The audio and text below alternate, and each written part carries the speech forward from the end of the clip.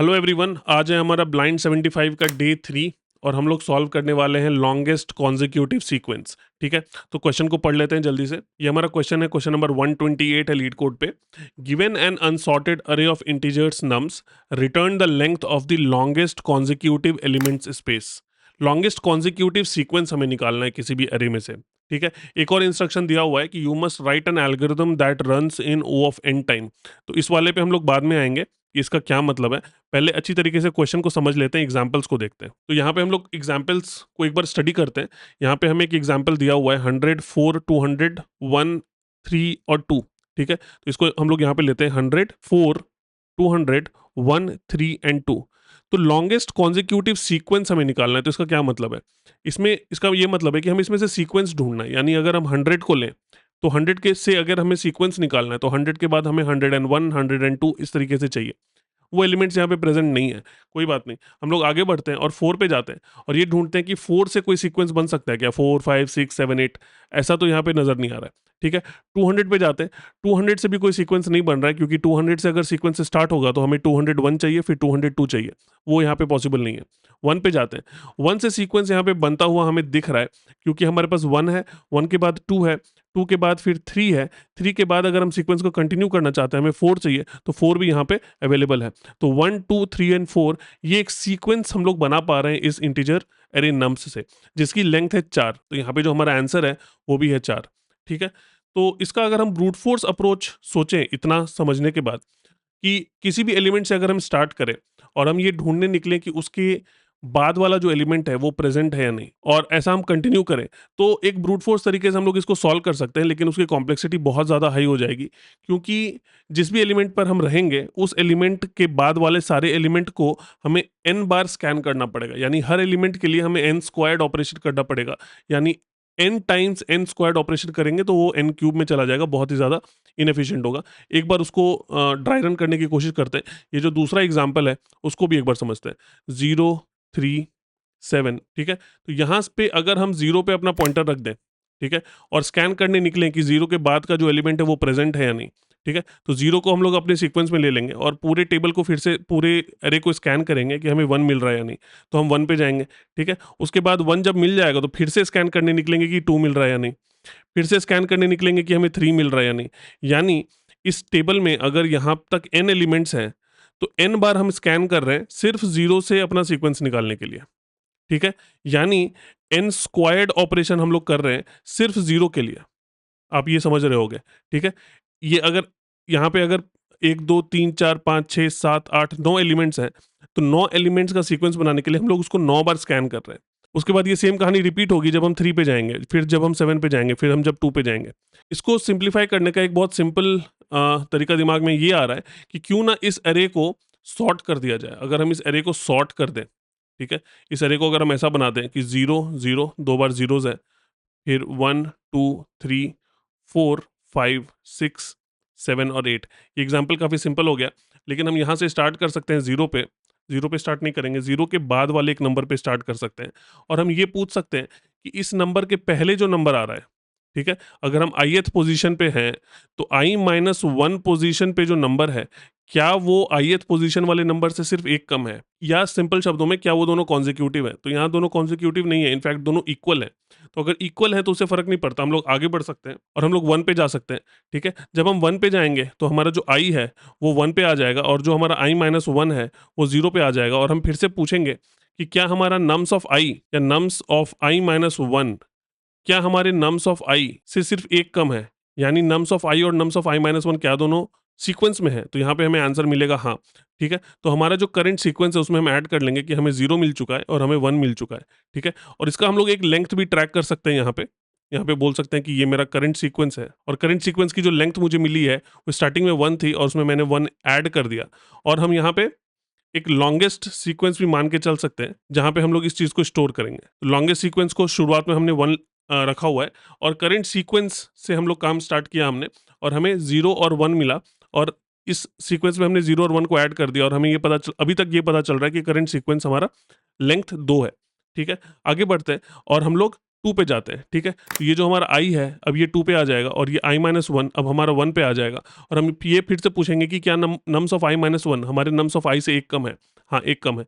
या सिंपल शब्दों में 2 जो है वो हमारे सीक्वेंस का पार्ट है, तो 2 हमारे सीक्वेंस का पार्ट है क्योंकि 2 1 के बाद आता है, ठीक है? तो हम लोग यहाँ पे 2 को ऐड कर देंगे और हम लोग बोलेंगे कि हमारा जो करंट सीक्वेंस है उसकी लेंथ अभी +1 हो गई है, हमें 3 लेंथ का सीक्वेंस मिल गया है, ठीक है? ऐसा हम लोग करते जाएँगे, फिर हम लोग 3 पे जाएँगे और हमारा 3 पे भी हमें वही कहानी मिलेगी और हम यहाँ पे 3 ऐड कर देंगे, ठीक है? और यहाँ पे भी हम लोग +1 ऐड कर देंगे। ऐसा करते-करते हम लोग 8 तक पहुँच सकते हैं। इस एग्ज़ाम्पल में बहुत सिंपल है, क्योंकि एक्चुअली ये पूरा सीक्वेंस में ही है, तो हम लोग यहाँ तक जा सकते हैं, ठीक है? और जब यहाँ पे पहुँचेंगे तो हमारा जो सीक्वेंस है वो 1 2 3 4 5 6 7 और 8 तक जा चुका होगा और जो हमारा करंट सीक्वेंस है वो ऐसा करते-करते 9 लेंथ का हमें मिल गया होगा, ठीक है? इस एग्ज़ाम्पल में हमारा स्ट्रीक या सीक्वेंस कहीं पे भी ब्रेक नहीं हो रहा है, तो हम लोग एक दूसरा एग्ज़ाम्पल लेके समझते हैं। ये जो पहला एग्ज़ाम्पल है 100 4 200 1 3 एंड 2 इसको समझते हैं। सेम ड्राई रन हम लोग इसके ऊपर करते हैं। ये हमारा एक तरीके से ब्रूट फोर्स हम लोग डिस्कस कर रहे हैं। इसकी कॉम्प्लेक्सिटी के बारे में भी बात करेंगे। 100 4 200 1 3 और 2, ठीक है? तो सपोज़ ये हमारा नम्स है, तो सबसे पहले तो हम लोग इसको सॉर्ट कर देंगे। बाय द वे सॉर्टिंग जो है वो हम फ्री में नहीं करेंगे, सॉर्टिंग के लिए भी हमें एक प्राइस पे करनी पड़ेगी और सॉर्टिंग की अपनी एक कॉम्प्लेक्सिटी होती है, उसके बारे में भी बात करेंगे। लेकिन इसको पहले हम लोग अगर सॉर्ट कर लें, तो सॉर्ट करने के बाद हमें मिलेगा 1 2 3 4 100 एंड 200। इसके ऊपर ड्राई रन करते हैं, तो सबसे पहले तो हम लोग बोलेंगे कि जो लॉन्गेस्ट सीक्वेंस है, जो हमें अभी तक मिली है, वो है 1 और हम लोग यहाँ पे 2 के ऊपर एक पॉइंटर रख देंगे और हम लोग बोलेंगे कि हमें एक सीक्वेंस मिली है अभी तक जिसका लेंथ 1 है, जो कि है 2, ठीक है? उसके बाद हम लोग ये चेक करेंगे कि ये है हमारा i और ये है हमारा i-1, यानी जहाँ पे हम खड़े हैं वो है i और उसके जो पहले वाला एलिमेंट है वो है i-1। हमारा जो सीक्वेंस है उसमें अभी हमारे पास है 1 और जब हम 2 पे रहेंगे तो हम ये देखेंगे कि 2 से पहले जो एलिमेंट है नम्स ऑफ i-1 क्या वो नम्स ऑफ i से 1 कम है? तो आंसर है हाँ। तो हम लोग 2 को सीक्वेंस में ऐड कर देंगे और हम लोग बोलेंगे कि जो हमारा करंट सीक्वेंस है, करंट सीक्वेंस का जो लेंथ है, एक्चुअली ये करंट सीक्वेंस नहीं, करंट सीक्वेंस का लेंथ है, ठीक है? ठीक है, स्टार्ट करेंगे 1 से और 1 में 1 ऐड कर देंगे, ठीक है? उसके बाद 2 के बाद हम लोग 3 पे जाएँगे, तो जो हमारा i है वो 3 पे हो जाएगा और i-1 हमारा 2 पे आ जाएगा। फिर से हम लोग चेक करेंगे कि ये क्या हमारे सीक्वेंस का पार्ट है। इस नम्स ऑफ i-1 और नम्स ऑफ i क्या दोनों के बीच में डिफरेंस सिर्फ 1 का है? हाँ, यहाँ पे डिफरेंस 1 का है, 3 2 का सीक्वेंस है ऑब्वियसली। तो यहाँ पे हम लोग सीक्वेंस में 3 को ऐड कर देंगे और यहाँ पे लेंथ भी 1 से इंक्रीज़ कर देंगे। फिर हम लोग 4 पे जाएँगे, हमारा जो i है वो 4 पे आ जाएगा और i-1 3 पे आ जाएगा। फिर से हम लोग वही चेक करेंगे और हमारा कंडीशन ट्रू आएगा, 4 सीक्वेंस का पार्ट है। तो हम लोग यहाँ पे 4 को ऐड कर देंगे। एक्चुअली हमें इस सीक्वेंस से मतलब नहीं है, हमें सीक्वेंस रिटर्न नहीं करना है, हमें सिर्फ लेंथ ऑफ सीक्वेंस रिटर्न करना है। लेकिन ड्राई रन में समझाने के लिए मैं इस सीक्वेंस को यहाँ पे बना रहा हूँ, ठीक है? लेंथ ऑफ सीक्वेंस में हम लोग 1 ऐड कर देंगे, ठीक है? उसके बाद फिर हम लोग 100 पे जाएँगे और हम लोग देखेंगे कि यहाँ पे हमारा जो स्ट्रीक है, हमारा यहाँ पे जो हमारा सीक्वेंस है वो ब्रेक हो चुका है। 4 के बाद 100 हमारे सीक्वेंस का पार्ट नहीं हो सकता। यानी हमें जो सीक्वेंस मिला वो सिर्फ इतना ही है, सॉर्ट करने के बाद, ठीक है? तो हमारा जो लॉन्गेस्ट सीक्वेंस है वो हमें यहाँ पे मिला 4। हमें ये नहीं पता कि ये लॉन्गेस्ट है या नहीं, क्योंकि आगे चल के लॉन्गेस्ट बन सकता है। इस एग्ज़ाम्पल में हमें दिख रहा है कि अब नहीं बनेगा, लेकिन किसी दूसरे एग्ज़ाम्पल में पहले सीक्वेंस के बाद एक और सीक्वेंस हमें मिल सकता है। सपोज़ यहाँ पे 201, 202, 203, 204 ऐसे करके यहाँ पे और भी नंबर्स होते हैं। तो यहाँ पे जब ये सीक्वेंस हमारा ब्रेक हो गया, यानी कि जब नम्स ऑफ i और नम्स ऑफ i-1 के बीच में डिफरेंस 1 नहीं है, 1 के अलावा कोई दूसरा नंबर है, तो हमारा सीक्वेंस ब्रेक हो जाएगा। जब हमारा सीक्वेंस ब्रेक हो जाएगा तो इस लॉन्गेस्ट सीक्वेंस को हम लोग रीअसाइन कर देंगे। हम लोग बोलेंगे कि जो हमारा लॉन्गेस्ट सीक्वेंस है, एक्चुअली ये सीक्वेंस नहीं है, ये लेंथ ऑफ सीक्वेंस है। तो जो हमारा लेंथ ऑफ लॉन्गेस्ट सीक्वेंस है, that is equal to max of length of longest sequence and my length of current sequence, ठीक है? इससे हम लोग रीअसाइन कर देंगे कि अभी तक हमने जो सबसे लंबा सीक्वेंस देखा है वो कौन सा है, या तो वो करंट वाला होगा या तो जो हमें नया मिला है। तो अब जो हमारा लॉन्गेस्ट सीक्वेंस है वो 1 नहीं, वो हमारा 4 हो जाएगा, ठीक है? और हमारा नया सीक्वेंस स्टार्ट हो चुका है। तो अब जो नया सीक्वेंस स्टार्ट हो चुका है उसमें हमारे पास 100 है, इसको हम लोग रीअसाइन कर देंगे और इसको हम लोग डिलीट करके हमारा नया सीक्वेंस बन रहा है अब, जो कि 100 से स्टार्ट हो रहा है, ठीक है? और जो लॉन्गेस्ट सीक्वेंस है उसको भी हम लोग ये सब हटा के फिर से 1 कर देंगे, ठीक है? अब नई स्ट्रीक स्टार्ट हुई है, नया सेगमेंट स्टार्ट हुआ है, ठीक है? तो अब यहाँ पे हम लोग i पे जाएँगे और इसको हम लोग आगे बढ़ाएँगे और जो हमारा i है वो यहाँ पे आएगा और i-1 यहाँ पे आएगा। फिर से हम लोग चेक करेंगे कि क्या ये जो 200 है क्या हमारे सीक्वेंस का पार्ट है? नम्स ऑफ i और नम्स ऑफ i-1 में क्या सिर्फ 1 का डिफरेंस है? नहीं, ऐसा नहीं हमें समझ में आ रहा है। यानी ये स्ट्रीक स्टार्ट होते ही खत्म हो गई, यानी इस लॉन्गेस्ट सीक्वेंस को हम लोग फिर से रीअसाइन कर देंगे। यहाँ पे हमारे पास 4 है, यहाँ पे हमारे पास 1 है। 4 और 1 में से 4 बड़ा है, इसलिए ये वाला जो स्टेटमेंट है ये अब यहाँ पे कुछ भी काम नहीं करेगा, 4 ही रहेगा। और हम लोग एक नया सीक्वेंस से स्टार्ट कर देंगे, और सीक्वेंस अब हमारा फिर से स्टार्ट होगा 200 से, ठीक है। और लेंथ ऑफ सीक्वेंस अगेन हमारे पास 1 आएगी, और हम लोग यहाँ पे देखेंगे कि ये जो पॉइंटर है यहाँ पे अब हमारा खत्म हो चुका है, यानी हमने पूरा एरे ट्रैवर्स कर लिया और हमें कुछ भी नहीं मिला। ऐसा पॉसिबल है कि यहाँ पे सपोज जस्ट फॉर एग्जाम्पल मैं यहाँ पे एक और नंबर ऐड कर देता हूँ जो कि है 201। सपोज यहाँ पे 201 भी एक एलिमेंट था, ठीक है। तो हम लोग क्या करेंगे, यहाँ पे जाएंगे, आई हमारा यहाँ पे आ जाएगा और i-1 यहाँ पे आ जाएगा, ठीक है। और ये पॉइंटर हमारा 201 पे आ जाएगा, और हम लोग फिर से चेक करेंगे कि क्या 201 हमारे सीक्वेंस का पार्ट है। तो हाँ, 201 हमारे सीक्वेंस का पार्ट है, यहाँ पे हमारे पास 201 आ जाएगा, और हमारा जो करंट सीक्वेंस है वो 2 हो जाएगा, ठीक है। और हमारा जो एग्जिस्टिंग लॉन्गेस्ट हमने देखा है वो 4 लेंथ का देखा हुआ है, और यहाँ पे हमें 2 लेंथ का एक दूसरा सीक्वेंस मिल रहा है। तो हम लोग कंपेयर करेंगे कि 2 और 4 में से बड़ा कौन है। ऑब्वियसली 4 बड़ा है, तो जो लेंथ ऑफ लॉन्गेस्ट सीक्वेंस है उसको हम लोग 4 स्टोर कर लेंगे। तो इस पूरे अप्रोच की अगर टाइम कॉम्प्लेक्सिटी की बात करें हम लोग, तो वो क्या होगी उसको हम लोग थोड़ा सा डिस्कस करेंगे। पहले इस अप्रोच का कोड लिख लेते हैं, जब कोड लिख लेंगे तो हम लोग इसके टाइम कॉम्प्लेक्सिटी के बारे में भी बात करेंगे। बट पहले मैं बता देता हूँ आपको कि इसकी जो टाइम कॉम्प्लेक्सिटी है वो होगी O of n log n। n log n क्यों होगी, क्योंकि हम लोग यहाँ पे सॉर्ट कर रहे हैं, और सॉर्टिंग की जो कॉम्प्लेक्सिटी होती है वो n log n होती है। क्यों n log n होती है, उसके लिए आपको सॉर्टिंग के एल्गोरिदम समझने पड़ेंगे। बहुत सारे एल्गोरिदम्स होते हैं, लेकिन जो सबसे एफिशिएंट होता है वो भी n log n ही होता है, ठीक है। और यहाँ पे आप सोच रहे होगे कि हम लोग यहाँ पे इटरेट भी तो कर रहे हैं, सॉर्ट तो कर रहे हैं, सॉर्ट करने के बाद हम लोग इटरेट भी कर रहे हैं, यानी वो भी तो O ऑफ n है। यानी O of n log n पहले हम लोग पे कर रहे हैं, उसके बाद फिर O ऑफ n पे कर रहे हैं, लेकिन O of n log n और O ऑफ n में O of n log n बड़ा है, यानी यहाँ पे जो कॉम्प्लेक्सिटी है वो O of n log n है प्लस O ऑफ n है। पहले तो सॉर्ट कर रहे हैं, उसके बाद इटरेट कर रहे हैं, तो इस दोनों में चूंकि ये बड़ा है इसलिए हम लोग इसको इग्नोर कर देते हैं। ये आपको मैंने पहले भी बताया कि जब हम लोग कॉम्प्लेक्सिटी निकालते हैं तो जो सबसे बड़ा वाला टर्म होता है उसको लेते हैं, क्योंकि वही गवर्न करता है कि टाइम कितना लगेगा। जो छोटे टर्म्स है उसको हटा देते हैं। अगर n cube plus n square plus n है तो सिर्फ हम लोग एन क्यूब को कंसिडर करते हैं, एन स्क्वायर और एन को हटा देते हैं, क्योंकि एन क्यूब के सामने एन स्क्वायर और एन बहुत छोटे होते हैं, ठीक है। तो जो हाईएस्ट पावर होती है उसको ही कंसिडर करते हैं, जो लोअर पावर्स होती है या जो कांस्टेंट फैक्टर्स होते हैं उनको हम लोग हटा देते हैं। तो यहाँ पे जो टाइम कॉम्प्लेक्सिटी है वो ऑफ एन लॉग एन ही है।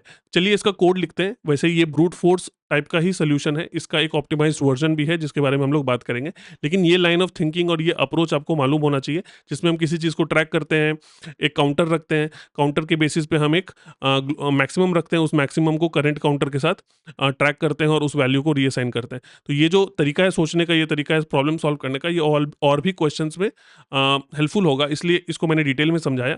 अब इसका हम लोग कोड भी लिख के देखते हैं। तो चलिए हम लोग इस कोड लिखते हैं। अब सबसे पहले तो हम लोग बोलेंगे कि हमारा जो एक करंट सीक्वेंस हम लोग बनाएंगे। सबसे पहले तो सॉर्ट कर लेंगे, ठीक है। सबसे पहली बात तो ये है कि सॉर्ट द अरे, ठीक है। तो सॉर्टिंग द अरे बहुत सिंपल है, हम लोग बोलेंगे nums डॉट सॉर्ट, और इस ऑपरेशन की जो कॉम्प्लेक्सिटी होती है वो O of n log n होती है। तो आउटराइट ही सबसे पहले हमने एक प्राइस पे कर दिया है जो कि n log n का है, ठीक है।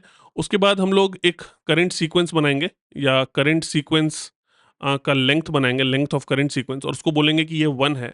और एक हम लोग बोलेंगे कि एक हमारा लॉन्गेस्ट सीक्वेंस है और उसकी भी वैल्यू 1 है। 1 हम लोग इसलिए बोल रहे हैं क्योंकि अगर हमारे पास एक भी नंबर है तो एक लेंथ का सीक्वेंस तो बनेगा ही, वो तो हमें मालूम ही है।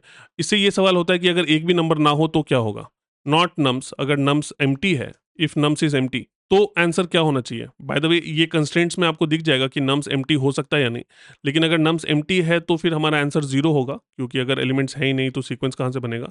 और यहाँ पे आप देख सकते हो कि नम्स की जो लेंथ है वो 0 हो सकती है, it is greater than equal to 0, ठीक है। तो ये वाला केस बन सकता है, इसलिए इसलिए इसको हमने पहले ही हैंडल कर लिया। ये एक एज केस या बाउंड्री केस है जिसके बारे में हमें केयरफुल रहना होता है। कभी कभी टेस्ट केसेस पे ये फेल हो सकता है।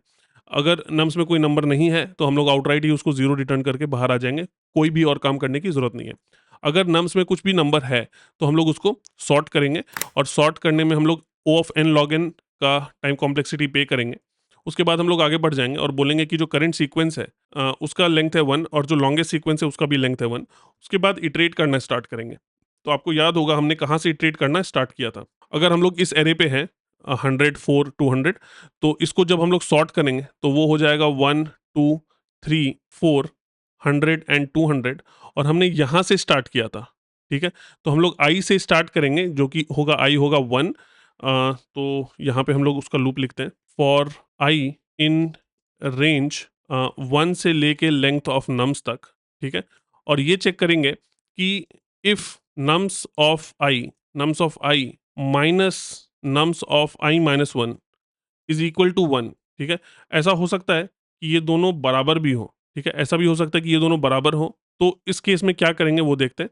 और ये दोनों अगर कॉन्सिक्वेंट हो, यानी नम्स ऑफ आई और नम्स ऑफ आई माइनस 1 के बीच में सिर्फ एक का डिफरेंस हो, इसका मतलब हमें एक सीक्वेंस मिल गया है। तो हम लोग बोलेंगे कि जो हमारा लेंथ ऑफ करंट सीक्वेंस है उसमें हम लोग एक ऐड कर देंगे, ठीक है। इसको हम लोग बोलेंगे plus equal to 1।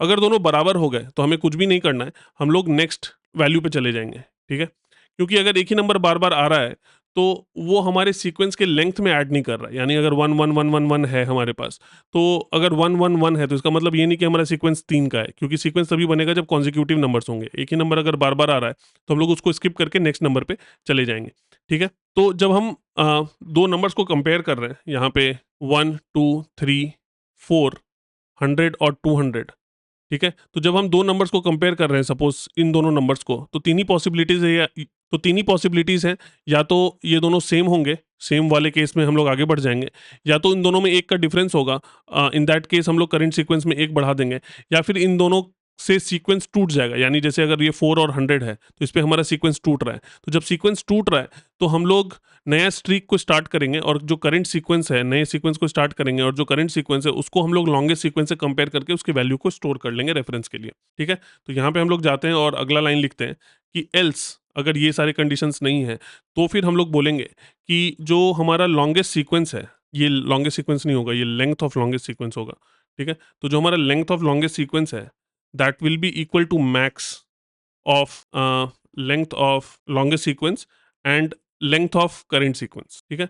I hope ये वाला लाइन आपको समझ में आ रहा होगा, ठीक है। और उसके बाद हम लोग क्या बोलेंगे कि जो लेंथ ऑफ करेंट सीक्वेंस है इसको हम लोग वापस से 1 पे सेट कर देंगे। और आप देखोगे इसको अगर ड्राई रन करके, तो जब नया सीक्वेंस सेट हो गया तो फिर से हम यहाँ पे पहुंच जाएंगे इस वाले लूप में, और फिर से हम नम्स ऑफ आई और नम्स ऑफ आई माइनस 1 को कंपेयर करना स्टार्ट कर देंगे, जैसा कि मैंने ड्राई रन में समझाया था।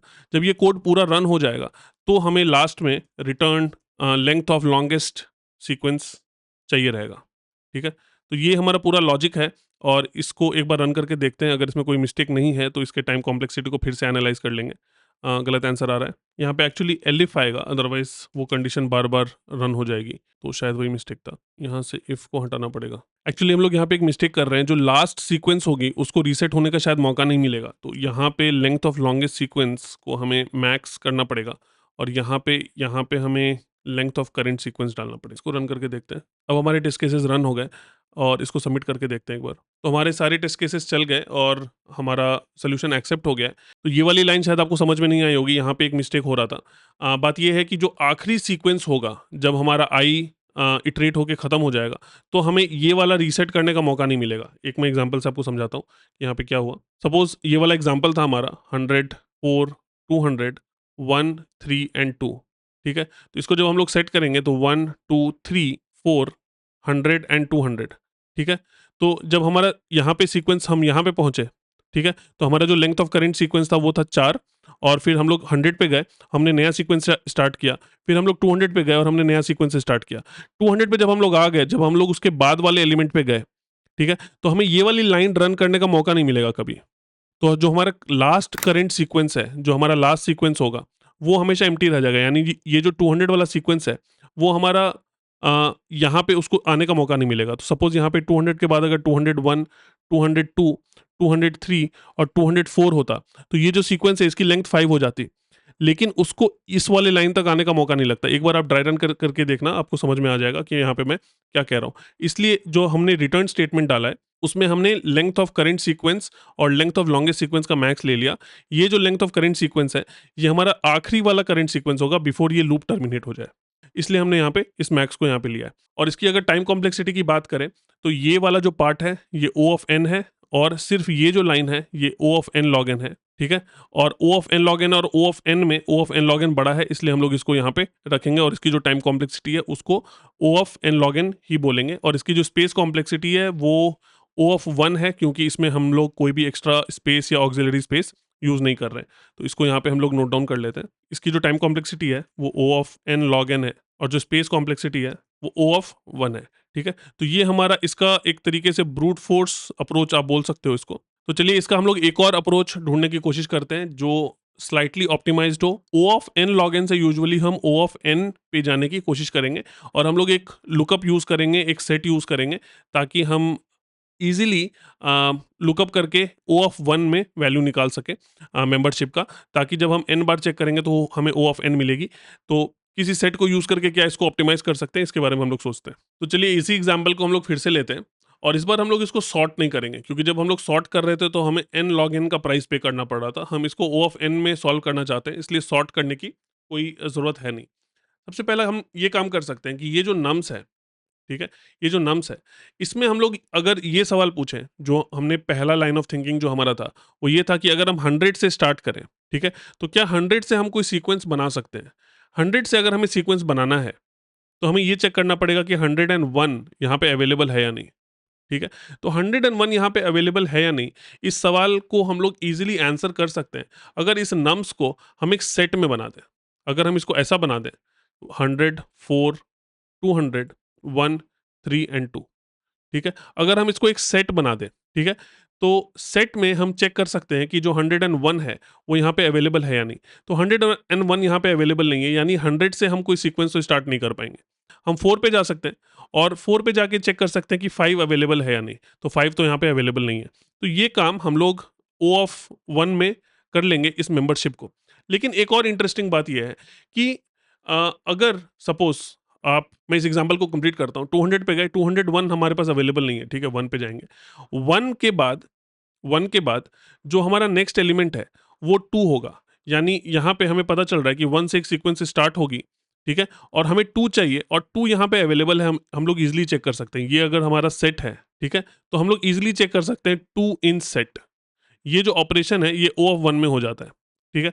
तो हम लोग यहाँ पे डिसाइड कर सकते हैं कि 1 के बाद 2 तो हमारा आंसर हो जाएगा। उसके बाद हम ये चेक करेंगे कि अच्छा हमें 2 मिल गया है, तो 3 चाहिए हमें, 3 भी यहाँ पे अवेलेबल है, तो 3 मिल गया।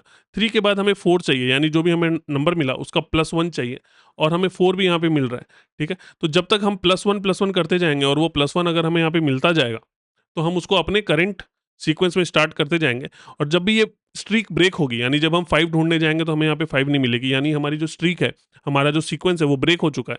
तो हम लोग ये कंक्लूड कर लेंगे कि ये हमारा एक सीक्वेंस है, और इसकी लेंथ को हम लोग कहीं पे स्टोर कर लेंगे, ठीक है? लेकिन इसमें एक और ऑप्टिमाइज़ेशन है, एक और थॉट यहाँ पे है, आइडिया है जिसको हम लोग यूज़ कर सकते हैं, और वो आइडिया ये है कि किसी भी सीक्वेंस में सपोज़ यहाँ पे हमारे पास 100, 4, 200, 1, 3 एंड 2 है।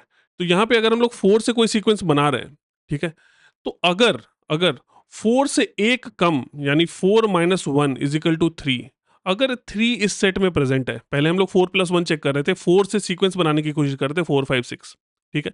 लेकिन दूसरा थॉट ये है कि अगर 4 से कम का एक नंबर अगर यहाँ पे एग्ज़िस्ट कर रहा है, ठीक है? तो जो भी हमारा लॉन्गेस्ट सीक्वेंस होगा वो 4 से तो स्टार्ट नहीं होगा, इतना हमें पता है, क्योंकि 4 से छोटा एक नंबर प्रेज़ेंट है, ठीक है? सपोज़ यहाँ पे अगर हमारे पास होता 1, 2, 3, 4, 5, ठीक है? और इसमें अगर हम एक सीक्वेंस बनाएँ जो कि होगा 3, 4, 5, ठीक है? तो हमें ये बात 100% मालूम है कि ये जो 3, 4, 5 है, ये कभी भी हमारा आंसर नहीं हो सकता, क्योंकि 3 से छोटा एक नंबर 2, छोटे से मतलब एक जस्ट छोटा, 3 से पहले 3 का सीक्वेंस में एक छोटा नंबर इसमें अगर अवेलेबल है, तो ये कभी भी हमारा लॉन्गेस्ट सीक्वेंस नहीं हो सकता, ठीक है? वो 2 से ही स्टार्ट होगा, यानी ये 2, 3, 4, 5 बोल के एक सीक्वेंस बनेगा, और अगर 2 से छोटा एक नंबर अगर यहाँ पे प्रेज़ेंट है, तो 2, 3, 4, 5 आंसर हमारा कभी भी नहीं हो सकता, क्योंकि वो हमेशा 1, 2, 3, 4, 5 बनेगा, ठीक है? तो हमें एक्चुअली ये ढूँढना है कि कौन-सा नंबर है, जो हमारे सीक्वेंस को स्टार्ट करेगा। तो इस एरे में अगर हम ढूँढें, तो यहाँ पे 3 ऐसे नंबर्स हैं, जो हमारे सीक्वेंस को स्टार्ट करेंगे, ठीक है? 4 कभी भी हमारे सीक्वेंस को स्टार्ट नहीं कर सकता, क्योंकि 4 से छोटा एक नंबर अवेलेबल है, ठीक है? 200 200 पे अगर हम जाएँ, 200 पे अगर हम लोग जाएँ, तो 200 हमारे सीक्वेंस को स्टार्ट कर सकता है, क्योंकि 199 इस सीक्वेंस का पार्ट नहीं है, ठीक है? 200 एक सीक्वेंस को स्टार्ट कर सकता है, वो सीक्वेंस लॉन्गेस्ट होगा या नहीं, वो बात की बात है, लेकिन वो सीक्वेंस को स्टार्ट ज़रूर कर सकता है। सिमिलरली जो 100 है, वो भी हमारे सीक्वेंस को स्टार्ट कर सकता है, क्योंकि 99 इस पूरे सेट का पार्ट नहीं है, ठीक है? तो 100 से एक सीक्वेंस स्टार्ट होगा, इतना हमें मालूम है। 4 से कोई सीक्वेंस स्टार्ट नहीं होगा, 200 से एक सीक्वेंस स्टार्ट हो सकता है, 1 से भी एक सीक्वेंस स्टार्ट हो सकता है, ठीक है? 1 से भी एक सीक्वेंस स्टार्ट हो सकता है, यानी जो हमारे सीक्वेंस स्टार्ट करने वाले कैंडिडेट्स हैं, वो 100 है, 200 है और 1 है, ठीक है? अगर हम A3 पे जाएँ, तो 3 से हमारा सीक्वेंस कभी भी स्टार्ट नहीं होगा क्योंकि 2 यहाँ पे हमें अवेलेबल है। 2 से भी हमारा जो आंसर है वो कभी स्टार्ट नहीं होगा क्योंकि 2 से छोटा एक नंबर 1 यहाँ पे अवेलेबल है। तो ये 3 पॉसिबिलिटीज़ हैं हमारे सीक्वेंसेस की। ठीक है? और पहले भी आपने देखा है कि हमने 3 सब सीक्वेंसेस बनाए थे। यहाँ पे भी आप देखोगे तो 1 2 3 4 एक सीक्वेंस था, 100 से दूसरा सीक्वेंस था और 200 से तीसरा सीक्वेंस था। हर सीक्वेंस की लेंथ कितनी है ये हमें मालूम नहीं है, लेकिन सीक्वेंसेस इतनी बनेंगी ये तो हमें मालूम चल रहा है। ठीक है? तो जब हमें ये मालूम चल गया कि 1 से एक सीक्वेंस बनेगी और 100 से एक सीक्वेंस बनेगी और 200 से एक सीक्वेंस बनेगी, तो उसके बाद हम इस सीक्वेंस को बनाने का स्टार्ट कर सकते हैं कि तो ये जो अरे है, इसको हमने सेट में तो कन्वर्ट कर ही दिया है पहले, 100 4 200 1 3 एंड 2, ठीक है? इसके बाद हम लोग को पता है कि 1 से ही सीक्वेंस बनेगी, तो 1 से सीक्वेंस बनेगी तो हमें बाकी नंबर्स चेक करने की ज़रूरत नहीं है। हम लोग 1 से स्टार्ट करेंगे और ये पूछेंगे कि क्या 1 के बाद वाला एलिमेंट यहाँ पे है? तो हाँ है। 2 है, 2 के बाद वाला एलिमेंट है? हाँ है। 3 के बाद वाला एलिमेंट है? हाँ है। 4 के बाद वाला एलिमेंट नहीं है, यानी ये वाला जो है सीक्वेंस यहाँ पे खत्म हो गया, इसकी लेंथ आ गई 4। उसके बाद हम किसी भी और एलिमेंट को चेक नहीं करेंगे, सीधा 100 पे जाएँगे और 100 से चेक करना स्टार्ट करेंगे कि 100 तो हमारे सीक्वेंस का पार्ट है, 100 के बाद जो 101 है वो यहाँ पे है, यहाँ पे नहीं है। एक भी अगर एलिमेंट मिस हो गया तो यानी ये स्ट्रीक यहीं पे खत्म हो गई और इसका जो लेंथ है वो हमें 1 मिल गया। फिर हम लोग 200 पे जाएँगे और 200 से स्टार्ट करेंगे कि हमारा सीक्वेंस में 200 है, क्या 201 भी है? 201 नहीं है, यानी ये सीक्वेंस भी स्टार्ट होते ही खत्म हो गई, यानी यहाँ पे इसका लेंथ भी हमें 1 मिल गया। यानी इस पूरे अरे में, इस पूरे नम्स में हमें 3 ही सब सीक्वेंसेस मिलेंगे, सबसीक्वेंस नहीं सीक्वेंस, 3 ही सीक्वेंसेस मिलेंगे और पहले का लेंथ है 4, दूसरे का लेंथ है 1, तीसरे का लेंथ है 1। इन तीनों में जो मैक्स है वो है 4, ठीक है? तो हम इस आंसर को यहाँ पे निकाल लेंगे। अगेन इस अप्रोच की जो समरी है वो मैं फिर से बता रहा हूँ आपको। जो भी हमारे पास नंबर्स होगा उसको हम लोग सेट में कन्वर्ट करेंगे और हर एलिमेंट के पास जाके ये चेक करेंगे कि क्या वो एक अच्छा कैंडिडेट है किसी सीक्वेंस को स्टार्ट करने का। उसका कंडीशन ये है कि उस नंबर का जो प्रीडेसेसर नंबर है वो अवेलेबल नहीं होना चाहिए। अगर उसका प्रीडेसेसर अवेलेबल नहीं है तो इसका मतलब वो एक सीक्वेंस को स्टार्ट कर सकता है। अगर वो एक सीक्वेंस को स्टार्ट कर सकता है तो उसको हम लोग एक जगह पे सेव करके रख लेंगे। इस तरीके से हम लोग पूरे अरे में ऐसे नंबर्स ढूंढ लेंगे जो सीक्वेंस को स्टार्ट कर सकते हैं। जब हमें ऐसे नंबर्स मिल जाएंगे उसके बाद उस नंबर से हम लोग सीक्वेंस को रिकंस्ट्रक्ट करने की कोशिश करेंगे। एक और एग्जाम्पल्स मैं आपको बता देता हूँ। सपोज कोई भी हमने अरे ले लिया, नंबर ले लिया 4 6 100 7 3 99 एंड 2 एंड 399 और यहाँ पे मैं डाल देता हूँ 400, ठीक है? तो सपोज़ ये हमारा एक सेट ऑफ नंबर्स है, तो यहाँ पे हम 400 पे जाएँगे और ये चेक करेंगे कि क्या 400 से हम एक सीक्वेंस बना सकते हैं? 400 से हम लोग सीक्वेंस नहीं बना सकते हैं क्योंकि 399 अवेलेबल है, ठीक है? तो हम लोग आगे जाएँगे और 4 पे जाएँगे और 4 क्या कैंडिडेट है एक सीक्वेंस को स्टार्ट करने का? नहीं, क्योंकि 3 अवेलेबल है, ठीक है? तो 4 जिस भी सीक्वेंस में होगा, वो कभी भी 4 से स्टार्ट नहीं होगा क्योंकि वो 3 अवेलेबल है यहाँ पे, ठीक है? तो इसको छोड़ देंगे। 6 पे जाएँगे, क्या 6 से पॉसिबल है? हाँ, 6 से पॉसिबल है क्योंकि यहाँ पे 5 अवेलेबल नहीं है। तो 6 एक कैंडिडेट है जिससे एक सीक्वेंस स्टार्ट हो सकता है अगर हम चाहें तो। उसकी लेंथ क्या होगी ये हमें मालूम नहीं है। 100 पे जाएँगे, 100 से कुछ स्टार्ट हो सकता है क्या? नहीं, 100 से स्टार्ट नहीं हो सकता क्योंकि 99 अवेलेबल है, ठीक है? आगे बढ़ जाएँगे, 7 से कुछ स्टार्ट हो सकता है क्या? नहीं, क्योंकि 6 अवेलेबल है, ठीक है? 3 पे जाएँगे, 3 से स्टार्ट हो सकता है क्या? नहीं, क्योंकि 2 अवेलेबल है। 99 पे जा सकते हैं, 99 से कुछ स्टार्ट हो सकता है क्या? हाँ, क्योंकि 98 अवेलेबल नहीं है, ठीक है? तो हम लोग यहाँ पे 99 को रख लेंगे और उसके बाद आगे बढ़ जाएँगे और 2 पे जाएँगे, 2 से कुछ स्टार्ट हो सकता है? हाँ, क्योंकि 2 से छोटा 1 अवेलेबल नहीं है, तो 2 से एक सीक्वेंस स्टार्ट हो सकता है, हमें मालूम है। और हम लोग आगे चले जाएँगे 399 पे, 399 से कुछ स्टार्ट हो सकता है? हाँ, क्योंकि 398 अवेलेबल नहीं है, तो 399। तो इस एक्सरसाइज़ से हमें ये पता चला और ये जो पूरा काम है ये O ऑफ n में हो जाएगा, ठीक है? तो इस पूरे एक्सरसाइज़ से हमें ये पता चल रहा है कि इस पूरे नम्स में 4 सीक्वेंसेस पॉसिबल हैं। 4 सीक्वेंसेस पॉसिबल हैं, ठीक है? एक 6 से स्टार्ट होगा, एक 99 से स्टार्ट होगा, एक 2 से स्टार्ट होगा, एक 399 से स्टार्ट होगा, ठीक है? तो हम लोग 6 पे जाते हैं और 6 का डिस्कशन करते हैं कि 6 से जो भी सीक्वेंस स्टार्ट होगा, उसमें 6 होगा, उसके बाद उसमें 7 होगा, 7 अवेलेबल है, 8 होगा, 8 अवेलेबल नहीं है, ठीक है? तो इसमें हमें 2 लेंथ की सीक्वेंस मिल गई, ठीक है? तो हम लोग 99 पे जाएँगे और 99 से स्टार्ट करेंगे कि हमें 99 तो हमारे पास है और उसके बाद 100 चाहिए, 100 नहीं है, यानी ये शुरू होते ही खत्म हो गया और ये 99 भी हमने यहाँ से हटा दिया।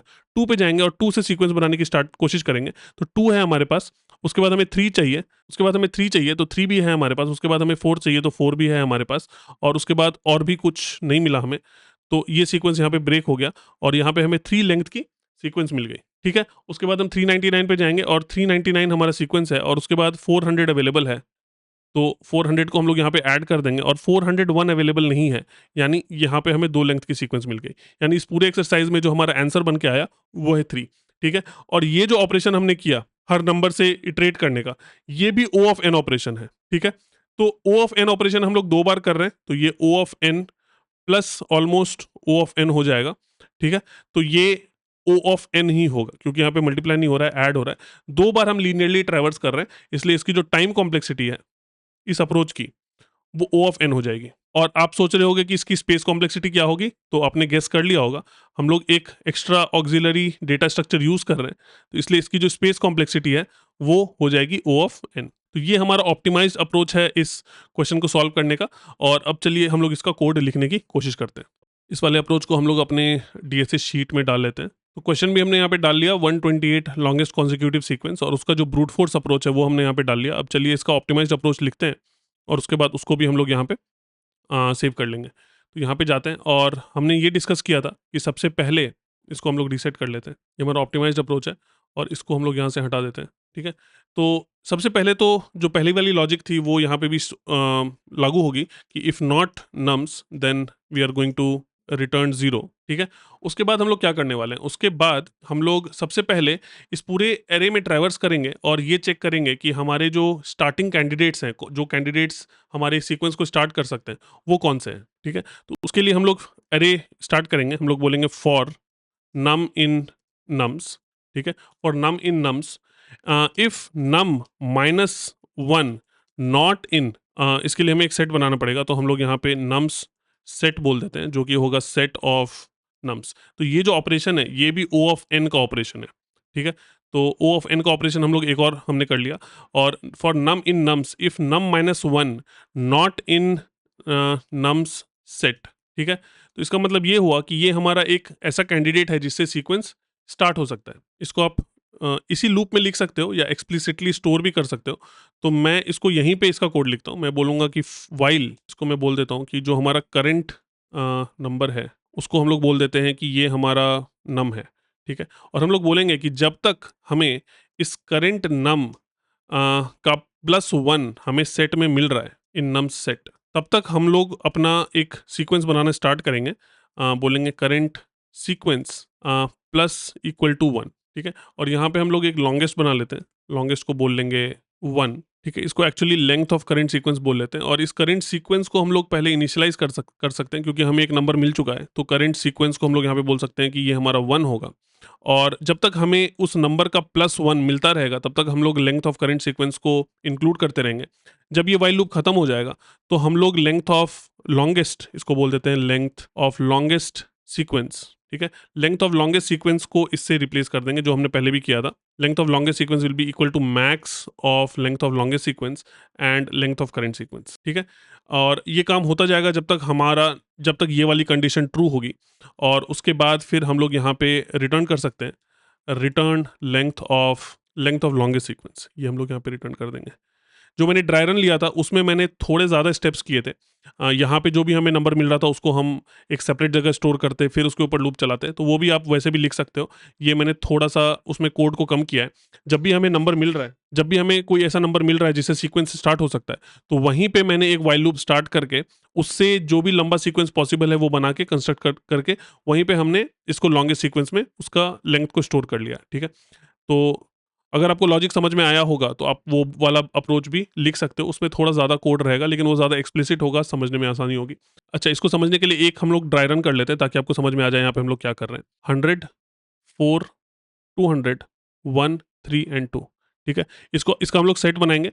उसके बाद जो लॉन्गेस्ट सीक्वेंस है, इसको मैं बोल रहा हूँ लॉन्गेस्ट सीक्वेंस, उसको हम लोग बोल देंगे 1, ठीक है। और एक सेट बना लेंगे। उसके बाद नम इन नम्स करेंगे, यानी सबसे पहले हम लोग 100 पे जाएंगे और ये चेक करेंगे कि 100 से हमारा सीक्वेंस स्टार्ट हो सकता है क्या। तो 100 से यहाँ पे हमारा सीक्वेंस स्टार्ट हो सकता है, ये वाली जो कंडीशन है वो यहाँ पे ट्रू है, तो करंट नम जो है वो हमारा हो जाएगा 100 और लेंथ ऑफ करंट सीक्वेंस वो भी हो जाएगा 1। उसके बाद हम लोग ये चेक करेंगे कि उस करंट नम, ये जो करंट नम है ये हमारा 100, उसका +1 सेट में है या नहीं, यानी 101 हमारे सेट में है या नहीं। तो 101 हमारे सेट में नहीं है, ठीक है? तो ये वाला केस यहाँ पे खत्म हो जाएगा और जो हमारा करंट सीक्वेंस है वो 1 ही रह जाएगा और लॉन्गेस्ट सीक्वेंस यहाँ पे हमारा 1 ही है, तो यहाँ पे कुछ भी चेंज नहीं होगा। उसके बाद हम लोग 4 पे चले जाएँगे और हम लोग ये चेक करेंगे कि 4 पे ये वाली कंडीशन ट्रू हो रही है या नहीं, हो रही है या नहीं। ये वाले लूप में नम का वैल्यू 4 हो जाएगा और ये वाली कंडीशन ट्रू नहीं है, ठीक है? तो हम लोग 200 पे चले जाएँगे और 200 पे भी ये वाला सीक्वेंस, ये वाला जो कंडीशन है वो ट्रू हो जाएगा, करंट नम हमारा ट्रू हो जाएगा, लेंथ ऑफ करंट सीक्वेंस 1 हो जाएगा और 201 अवेलेबल नहीं है, यानी वो स्ट्रीक खत्म हो जाएगी, ठीक है? और length of longest sequence, current sequence हमारा 1 ही रह जाएगा, ठीक है? फिर हम लोग 1 पे जाएँगे और 1 पे ये कंडीशन ट्रू होगी, करंट नम जो है वो हमारा 1 हो जाएगा, लेंथ ऑफ करंट सीक्वेंस भी 1 हो जाएगा और हम लोग ये ढूँढेंगे कि 2 प्रेज़ेंट है या नहीं। तो 2 हमारा प्रेज़ेंट है, यानी 2 यहाँ पे हमारा ऐड हो जाएगा और जो हमारा करंट सीक्वेंस है वो 1 से इंक्रीज़ हो जाएगा, ठीक है? उसके बाद हम ये ढूँढेंगे कि 3 हमारा अवेलेबल है या नहीं। तो यहाँ पे एक लाइन एक्चुअली छूट गई है, यहाँ पे हमें ये लिखना पड़ेगा कि current num plus equal to 1, ठीक है? तो 2 के बाद 2 को इंक्रीज़ कर देंगे 3 पे और जाके ये चेक करेंगे कि 3 अवेलेबल है या नहीं, ठीक है? तो ये हमें यहाँ पे एक लाइन छूट गया था, 3 अवेलेबल है या नहीं, 3 अवेलेबल होगा तो यहाँ पे हम लोग इसको +1 कर देंगे और उसके बाद फिर 4 हो जाएगा, 4 पे जाएँगे, 4 भी अवेलेबल है तो यहाँ पे हम लोग इसको +1 कर देंगे तो हमें आंसर मिल जाएगा 4, ठीक है?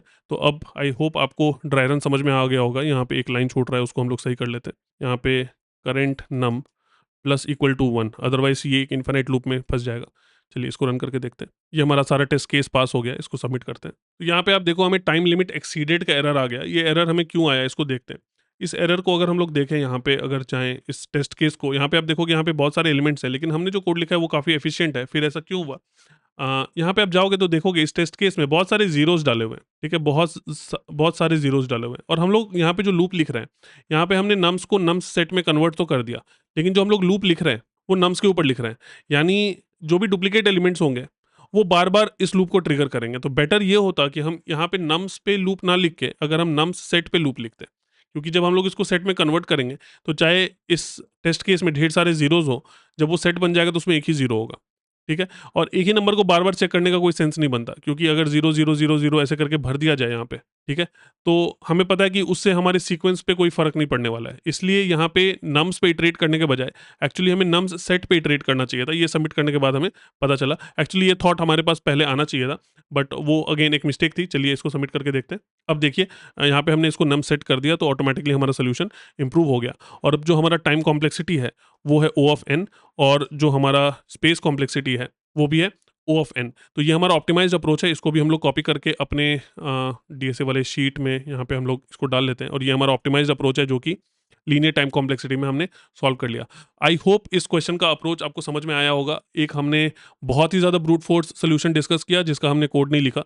उसके बाद हमने एक ब्रूट फोर्स सोल्यूशन डिस्कस किया जो कि O of n log n था, which was because of sorting. उसके बाद हमने इसको ऑप्टिमाइज किया यूजिंग डिफरेंट डेटा स्ट्रक्चर जो कि था एक सेट। इस क्वेश्चन में जो एलिमेंट्स यूज हुए हैं, जो लाइन ऑफ थिंकिंग यूज हुई है, वो भी आगे चल के दूसरे क्वेश्चंस में हमें काम आने वाली है। ठीक है? तो अगर आप सिस्टमैटिकली इस टाइप के क्वेश्चंस को सॉल्व करना चाहते हो तो आप ये डीएसए शीट नोटबुक की लिंक आपको डिस्क्रिप्शन में मिल जाएगी। अगर आपको एक क्वेश्चंस का कलेक्शन चाहिए तो यहाँ पे ये मेरा क्वेश्चंस का कलेक्शन है जिसमें 200 क्वेश्चंस है। टॉपिक वाइज, पैटर्न वाइज ये सॉर्टेड है। ब्लाइंड 75 हम लोग अभी सॉल्व कर रहे हैं, लेकिन उसके बाद हमें और भी क्वेश्चन सॉल्व करने हैं, तो उन सब की लिस्ट हमें यहाँ पे मिल जाएगी। और उसके अलावा अगर आप सिस्टमैटिकली पढ़ना चाहते हो तो आप मेरे वेबसाइट पे जा सकते हो codevera.com और यहाँ पे अगर आप ब्लॉग सेक्शन में जाओगे तो आपको DSA, python, data analysis, SQL से रिलेटेड बहुत सारे गाइड्स मिल जाएंगे। और अगर आप स्ट्रक्चर्ड तरीके से पढ़ना चाहते हो लाइव इंटरेक्टिव कोर्सेज में, तो आप मेरे कोर्सेज सेक्शन में जा सकते हो और यहाँ पे आप देखोगे कि DSA with Python 0 to hero का कोर्स है, जहाँ पे मैंने पाइथन बिल्कुल बेसिक से सिखाया है। ऑब्जेक्ट ओरिएंटेड प्रोग्रामिंग और पाइथन के प्रोजेक्ट्स, डेटा एनालिसिस सब कुछ इंक्लूडेड है। और उसके बाद हम लोग इसमें डीएसए में जाएंगे और सारे डेटा स्ट्रक्चर्स, एल्गोरिथम्स को डिटेल में पढ़ने वाले हैं। इसके अलावा अगर आप एआई में इंटरेस्टेड हो या फिर डेटा एनालिसिस में इंटरेस्टेड हो तो उसके भी कोर्सेज हैं पाइथन के। और आप मेरे कम्युनिटी को ज्वाइन कर सकते हो। अगर आपको कोई भी डाउट क्वेश्चन है तो आप डायरेक्टली मुझसे भी जुड़ सकते हो और बाकी स्टूडेंट्स भी यहाँ पे हैं जिनसे आप बात कर सकते हो, अपने सारे डाउट्स को क्लियर कर सकते हो। ठीक है? That's it for this video guys and I will see you in the next video for blind 75 series. Bye.